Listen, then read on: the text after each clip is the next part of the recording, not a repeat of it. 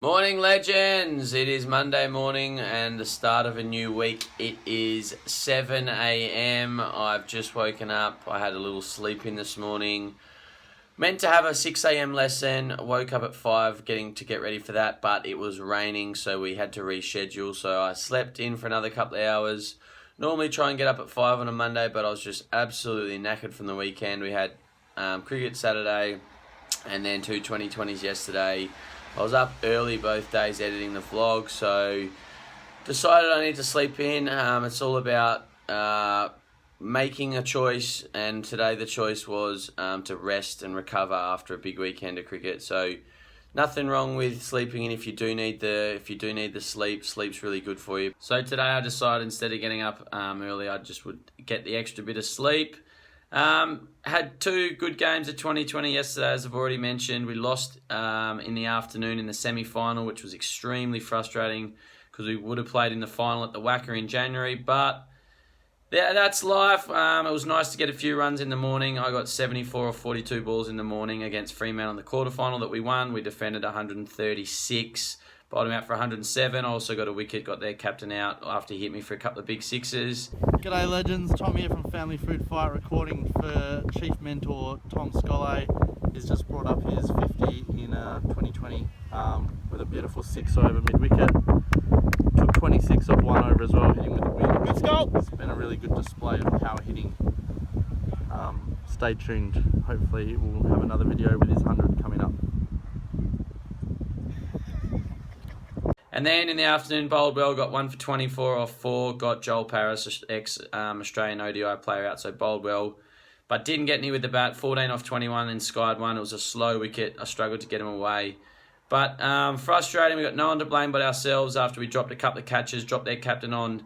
A few times we got 60 odd not out and got him home, and we also bowled 15 wides, which was inexcusable. So really hurts, but no one to blame but ourselves, unfortunately. Been a busy morning, getting my Monday motivation email done, but it's great to have the cricket on here in the background.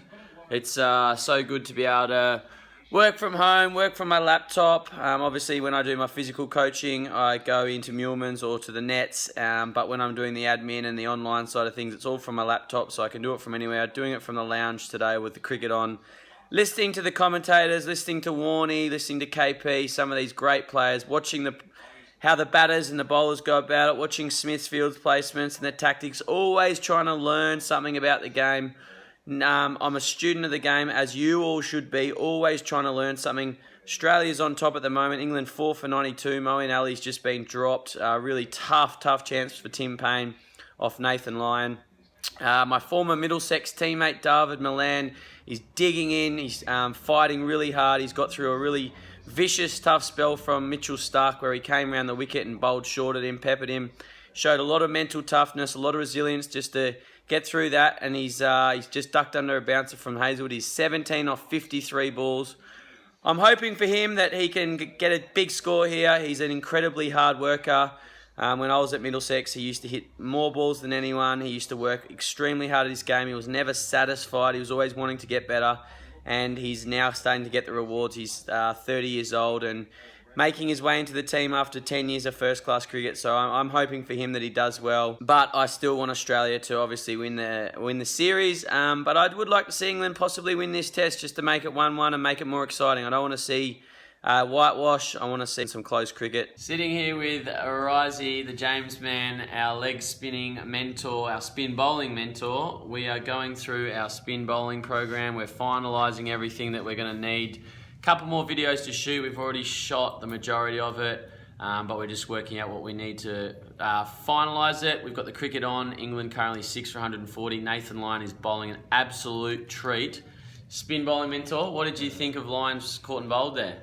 Brilliant. It's set up by lots of really good things, and I actually just put an Instagram video up about the benefits of flight and dip and drift in bowling spin, and that's a prime example because Nathan Lyon gets such good overspin and gets such high revs on the ball. The shape he gets through the air creates a lot of drift and a lot of dip, which created that caught and bowled chance. So if you're bowling flat and fast, batsman's playing a dead bat to that dot ball. But because of the shape and the overspin he gets and the revs on the ball, the thing's dropping out of the air, turns enough on the pitch, the batsman's through his stroke, leading edge, hanger, wicket. So really, really important stuff with the way the ball gets to where it's landing on the pitch. And I'll put a little Instagram video up there on the Spin Bowling Mentor, so have a look at that as well. Yeah, so those of you that haven't already, head over to Instagram. We've started an account last week at Spin Bowling Mentor, which is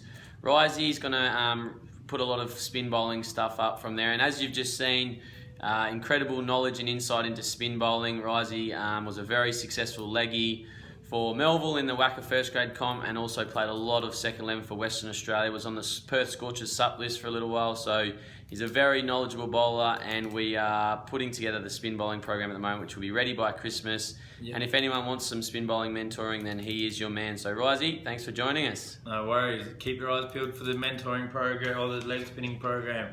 There's plenty going into it, so get excited. You're built it.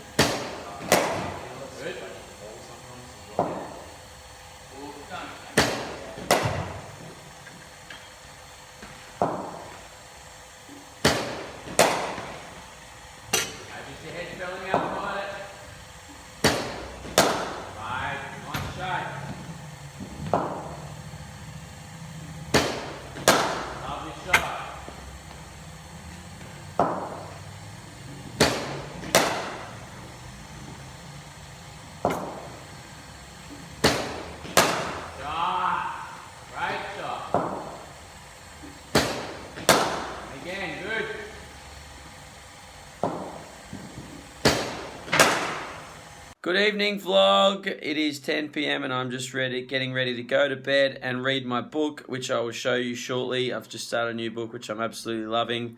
Been a great day today. Busy afternoon of coaching. Got my Monday motivation email done this morning, as you've already seen, while keeping an eye on the Ashes. Had a good couple of hours with our spin mentor, Risey, Jamesy, going through our spin program and finalising what we need to shoot, so we can have that ready in the next couple of weeks before Christmas. And then 6 lessons, finished at 8 p.m. Nice late finish, but really good to work with all the players that I had in there tonight. Everyone's making good progress, and quite a few of them are scoring some runs, which is always a nice thing. And then home and been replying to emails that I haven't been able to get back to for a little while, so good to get through a few of them. Got a lot more to get through, so just got to find little pockets of time where I can get back to them. This is the book I was just mentioning. It's an absolute cracker.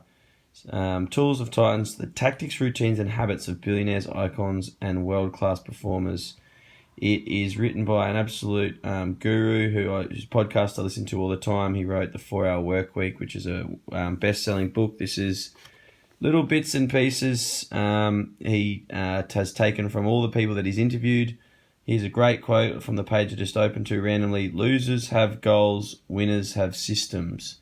Interesting quote. So obviously we talk a lot in our programs about having goals and goal setting, but we then always break it down and making sure everyone has a plan and a system in place to achieve those goals. So I assume that's what he means by that. But this is getting inside the mind of some of the world's greatest performers and greatest minds. I hope you've enjoyed this vlog. If you haven't done so already, please comment and like below. And I will speak to you again very soon. Cheers, legends.